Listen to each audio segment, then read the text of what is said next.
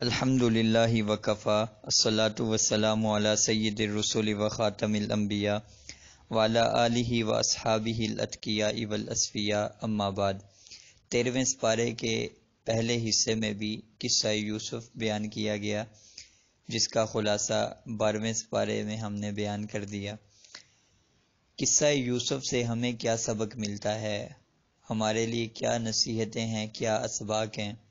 Number 1، مصیبت پر صبر کرنا چاہیے اور مصیبت کے بعد راحت ملتی ہے۔ ان مع العسر یسرا، جیسا کہ حضرت یوسف کو تمام مصیبتوں کے بعد راحت ملی، وزارت ملی اور آرام سے زندگی گزاری، تو مصیبت کے بعد راحت ملتی ہے۔ نمبر 2، حسد سے بچنا چاہیے۔ حسد بڑی خطرناک خوفناک بیماری ہے، اس سے بچنا چاہیے۔ نمبر 3، اخلاق اچھے رکھنے چاہیے۔ اخلاق ہر جگہ کام آتے ہیں، یہاں تک کہ جیل میں بھی اخلاق اچھے ہوں تو وہاں پر بھی وہ کام آتے ہیں۔ نمبر 4، پاک دامنی اختیار کرنی چاہیے، اور پاک دامنی یہ تمام بھلائیوں کا، خیروں کا سرچشمہ ہے، اس لیے ہمیشہ اپنے آپ کو داغ سے بچانے کی کوشش کرنی چاہیے۔ نمبر 5، نامحرم مرد اور عورت کا اختلاط نہیں ہونا چاہیے، فتنے میں پڑنے کا اندیشہ ہوتا ہے۔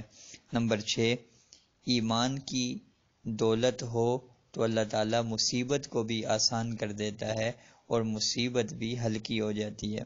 نمبر 7، مصیبت کوئی ایسا موقع آ جائے جہاں ایک طرف گناہ ہو، دوسری طرف مصیبت ہو، تو مصیبت کو قبول کر لیا جائے، گناہ کو چھوڑ دیا جائے، نہ کہ گناہ کو کر لیا جائے اور مصیبت سے بچے۔ ایسا نہیں ہونا چاہیے۔ قصہ یوسف ہمیں یہی پیغام دیتا ہے۔ نمبر 8، اپنے مشن کو ہر جگہ جاری رکھنا چاہیے۔ اگر جیل میں بھی چلے جائیں تو اپنی دعوت، اپنے مشن کو وہاں پر بھی جاری رکھنا چاہیے۔ نمبر 9، تہمت کی جگہوں سے بھی اپنے آپ کو بچانا چاہیے۔ ایسے مقام پر ہی نہ جائے انسان، ایسا کام ہی نہ کرے جہاں تہمت کا اندیشہ ہو۔ اور نمبر 10، جب انسان حق پر ہوتا ہے اور انصاف کے ساتھ ہوتا ہے، صاف ہوتا ہے، تو اللہ تعالیٰ اس کی صفائی کے لیے کچھ لوگوں کو کھڑا کر دیتا ہے جو اس کی صفائی دیتے ہیں۔ یہ اسباق ہیں جن کو ہمیں مد نظر رکھنا چاہیے۔ اس کے بعد سورہ رعد ہے۔ اس صورت میں اللہ تعالیٰ نے بالکل آغاز میں، چونکہ حروف مقطعات سے آغاز ہو رہا ہے، اور عمومی طور پر جب مقطعات سے آغاز ہوتا ہے تو وہاں پر قرآن کریم کا ذکر ہوتا ہے۔ یہاں پر بھی قرآن کریم کا ذکر فرمایا گیا، قرآن کریم کی حقانیت کو بیان کیا گیا اور رد کیا گیا اس بات کو کہ یہ نعوذ باللہ انسانی کاوش ہے، اللہ کا کلام نہیں ہے۔ تو حروف مقطعات کے ذریعے ان کو چیلنج کیا گیا۔ اس کے بعد توحید کو بیان فرمایا کہ آسمانوں کو، زمینوں کو، سورج کو، چاند کو، رات اور دن کو، پہاڑوں اور نہروں کو، غلجات کو، یہ مختلف رنگوں کے، مختلف ذائقوں کے اور خوشبوؤں کے جو پھل ہیں، ان سب کو پیدا کرنے والا، اسی طرح موت دینے والا، زندگی دینے والا، نفع اور نقصان دینے والا، وہ اللہ تعالیٰ ہی ہے۔ توحید کو بیان فرمایا اور یہ بیان فرمایا کہ اللہ تعالیٰ نے انسان کی حفاظت کے لیے فرشتے مقرر کر دیے، مختلف ڈیوٹیاں ان کی لگا دی جو انسانی زندگی کی اور انسانی جسم اور جان کی حفاظت کرتے ہیں۔ اس کے بعد قیامت کو ذکر فرمایا کہ مشرکین کو تعجب ہے اس بات کے اوپر کہ وہ جب ہڈیاں بوسیدہ ہو جائیں، مردہ ہو جائے انسان، تو وہ دوبارہ کیسے زندہ ہوگا، تو ان کو اس پر تعجب ہے۔ حالانکہ تعجب تو اس بات کے اوپر ہے کہ انہیں باس بعد الموت کے اوپر تعجب ہے۔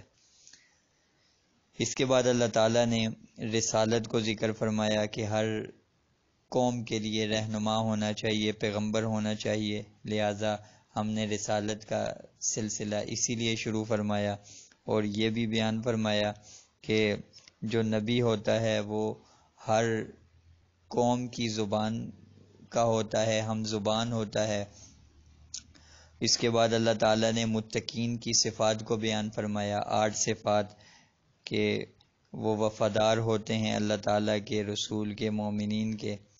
نمبر 2، صلہ رحمی کرنے والے ہوتے ہیں، رشتہ داروں کے ساتھ اچھا سلوک کرتے ہیں۔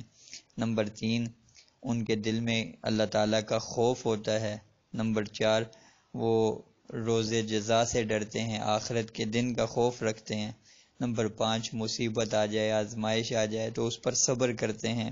نمبر 6، نماز کے بڑے پابند ہوتے ہیں۔ نمبر 7، اللہ کی راہ میں خرچ کرتے ہیں، صدقات دیتے ہیں۔ نمبر 8، برائی کا بدلہ برائی کے ساتھ نہیں دیتے بلکہ اچھائی کے ساتھ دیتے ہیں۔ اور نمبر 8، وہ صلہ رحمی کرتے ہیں۔ یہ 8 قسم کی جو نشانیاں ہیں، علامات ہیں، صفات ہیں اہل ایمان کی ذکر فرمائی، اور اس کے مقابلے میں جو برے لوگ ہیں، بدبخت ہیں، ان کی 3 صفات کو، بری خصلتوں کو ذکر فرمایا، 3 علامتیں بیان فرمائی۔ نمبر 1، وہ وعدہ خلافی کرتے ہیں۔ نمبر 2، وہ قطع رحمی کرتے ہیں، صلہ رحمی کے بجائے قطع رحمی کرتے ہیں، برا سلوک کرتے ہیں رشتہ داروں کے ساتھ، قریبیوں کے ساتھ۔ اور نمبر 3، وہ زمین میں فساد مچاتے ہیں۔ تو سورہ رعد میں یہ چیزیں بیان فرمائی۔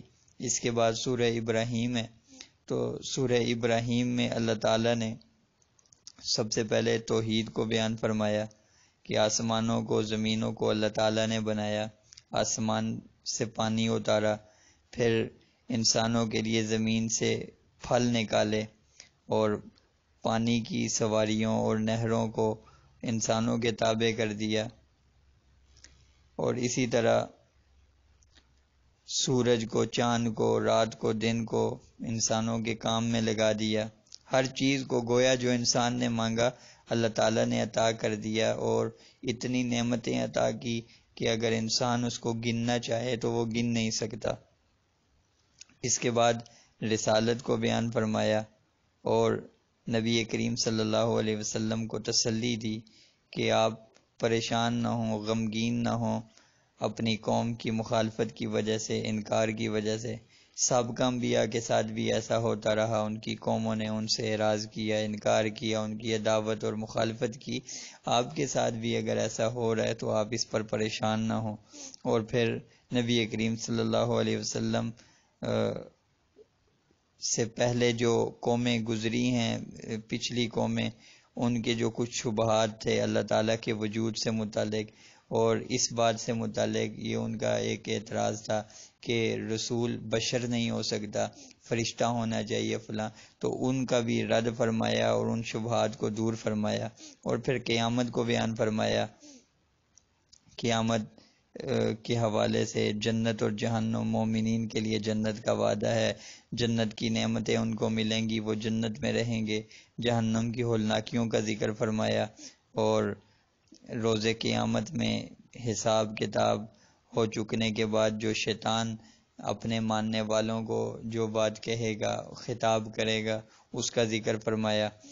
اور یہ اصول بیان فرمایا کہ اگر انسان اللہ تعالیٰ کی نعمت پر شکر ادا کرتا ہے تو اللہ تعالیٰ اس میں اضافہ فرماتے ہیں، نعمت کو بڑھا دیتے ہیں، اور اگر انسان ناشکری کرتا ہے تو اللہ تعالیٰ جو نعمت اس کے پاس ہوتی ہے اسے بھی چھین دیتے ہیں، اور اللہ تعالیٰ ناشکروں کو سخت عذاب میں مبتلا کرے گا۔ اور پھر اللہ تعالیٰ نے حضرت ابراہیم علیہ السلام کی دعاؤں کا ذکر فرمایا۔ حضرت ابراہیم نے امن کی دعا مانگی تھی، بت پرستی سے حفاظت کی دعا مانگی تھی، اقامت صلاۃ، دلوں کو کا جو میلان ہے، اور رزق، مغفرت کی درخواست، یہ ساری چیزیں حضرت ابراہیم علیہ السلام کی دعائیں اللہ تعالیٰ نے بیان فرمائی۔ اور بالکل آخر سے پہلے قیامت کی منظر کشی اور مختلف عذاب، قیامت کے ہولناک عذاب، ان کو بیان فرمایا۔ اور بالکل آخر میں اللہ تعالیٰ نے قرآن کریم کے مقصد نزول کو بیان فرمایا۔ قرآن کریم کی عظمت ہی سے اس سورت کا آغاز ہوا تھا، حروف مقطعات سے، تو اس کا اختتام بھی مقصد نزول پر ہوا کہ اس کا مقصد یہ ہے کہ انسان اللہ تعالیٰ کا خوف اپنے دل میں پیدا کرے، اللہ تعالیٰ سے ڈرے، اور اللہ تعالیٰ کو ایک جانے۔ تو اس طرح 13واں سپارہ مکمل ہوا۔ اللہ تعالیٰ ہمیں قرآن کریم کے مطابق زندگی گزارنے کی توفیق عطا فرمائے۔ وما توفیقی الا باللہ۔